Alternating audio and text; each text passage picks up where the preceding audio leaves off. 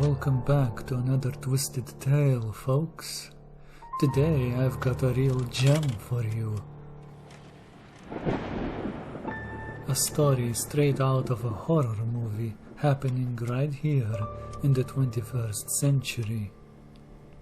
Now, if we were to live in a proper horror movie or even a B-movie of the usual American youth road trip gone wrong / horror flick, we would see that in the end one of the main characters survives, overcomes adversity, and while mentally scarred and toughened, he or she comes out alive from a roller coaster that was the movie's script.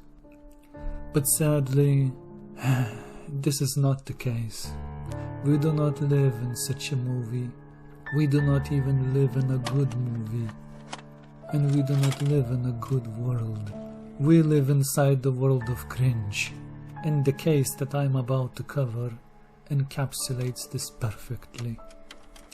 Just when you think you've heard it all, along comes Dovydas Kriaučiūnas, the youngest lifer in Lithuania.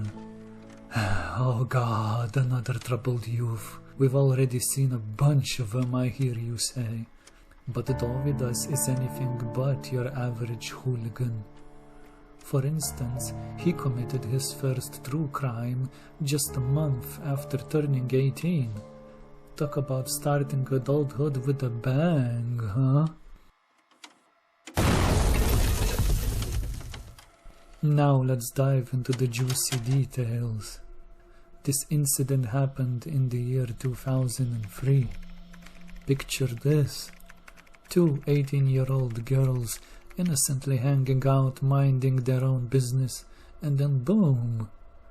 Along comes Dovydas, fueled by rage and apparently some butthurt feelings, and decides it's a great idea to end their lives. His excuse? Oh, just some offensive words. Yeah, because that's totally a rational response, right? One of the victim's girl's name was Aushra. The other girl's name was Indre. The young lady named Aushra was already mature enough to do pretty much everything on her own. Despite still being a student at 18 years of age, Aushra was working part-time while living with her parents abroad. She has returned to Lithuania for a short vacation and was staying in her parents' apartment for about a month. Or at least that was the plan.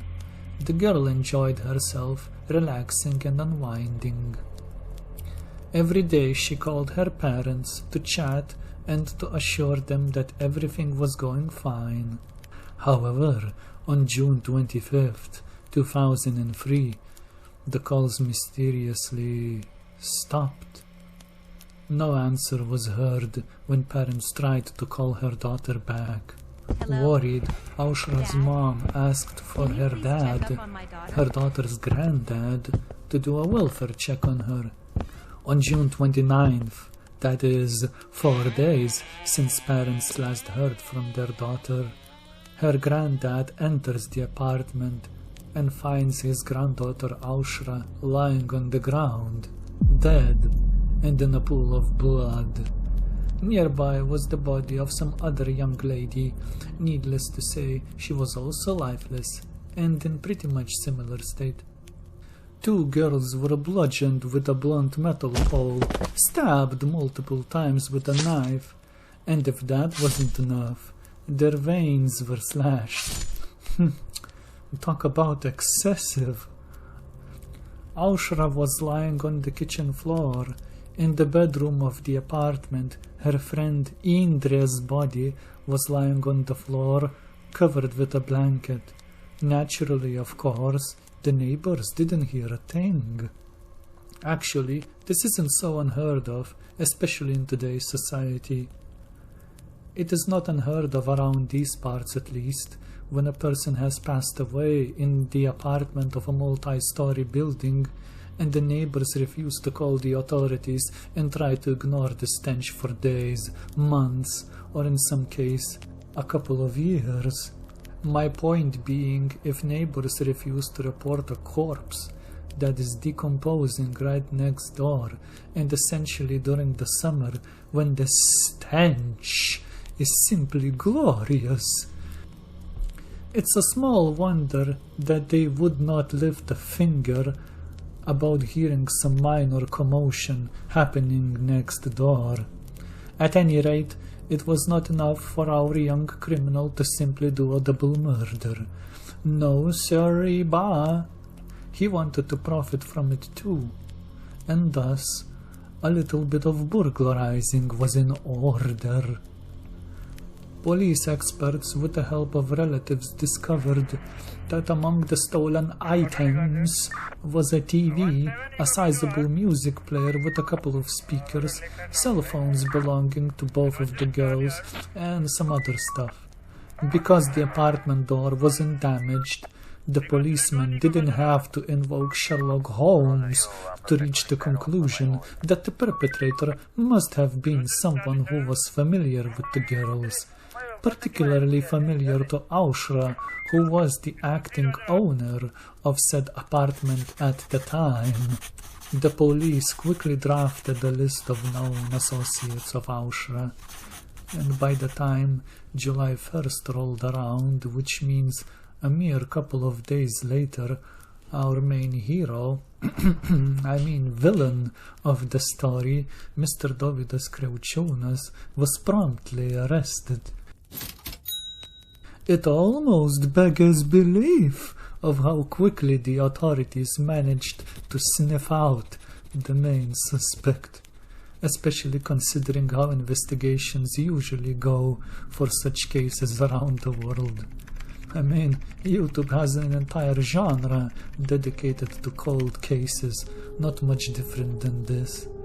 It's an endless topic. Anyway, even before arresting Mr. Dovydas, the officers already knew that he was familiar with both of the victims. Both he and Aushra went to the same kindergarten and later to the same school, where they were in the same class.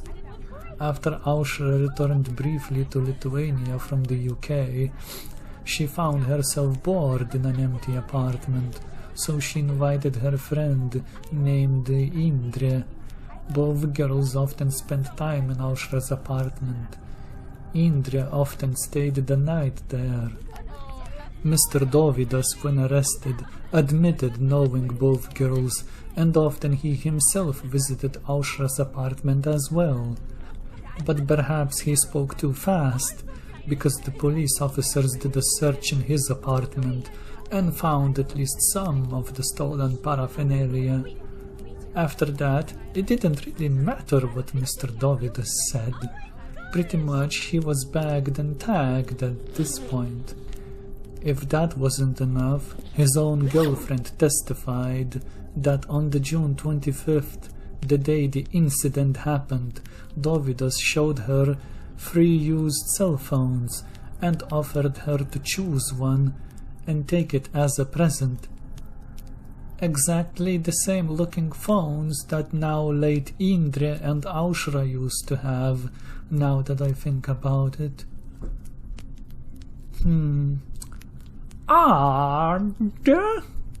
Dovydas' girlfriend reflected on these events. I guess the popular song Love Bites by Def Leppard turns out to be true after all.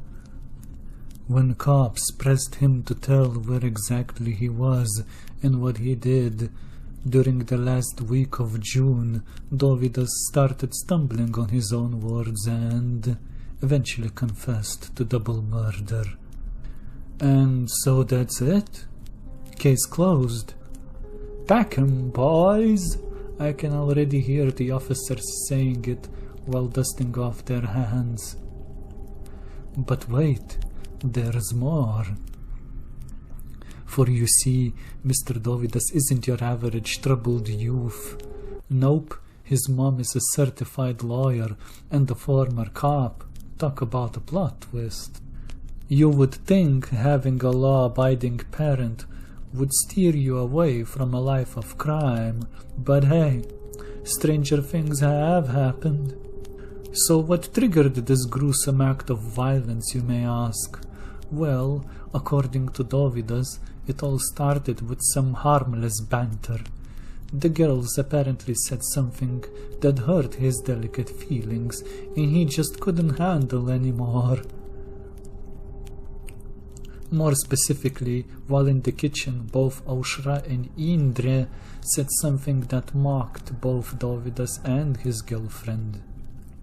Dovidas responded to such insults as any strong, macho young man would, with threats of violence.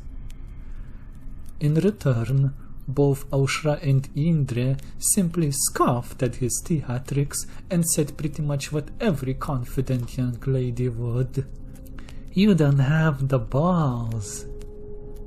And if you touch us, we know a bunch of cool dudes who would stomp your scrawny arse into the ground. And that would be the story of you. I am paraphrasing, of course, but the dialogue sounded something to that effect. Naturally, Mr. Dovidas didn't take it well. Like a pot of boiling potatoes, covered with lid completely and left unattended on a gas stove, his emotions overflowed and started spilling out. He then punched Aushra to the face with his fist and grabbed the first blunt object that was nearby, bashing Aushra over the head with it. The girl promptly fell to the ground. Meanwhile, her friend Indre let out a very high-pitched shriek.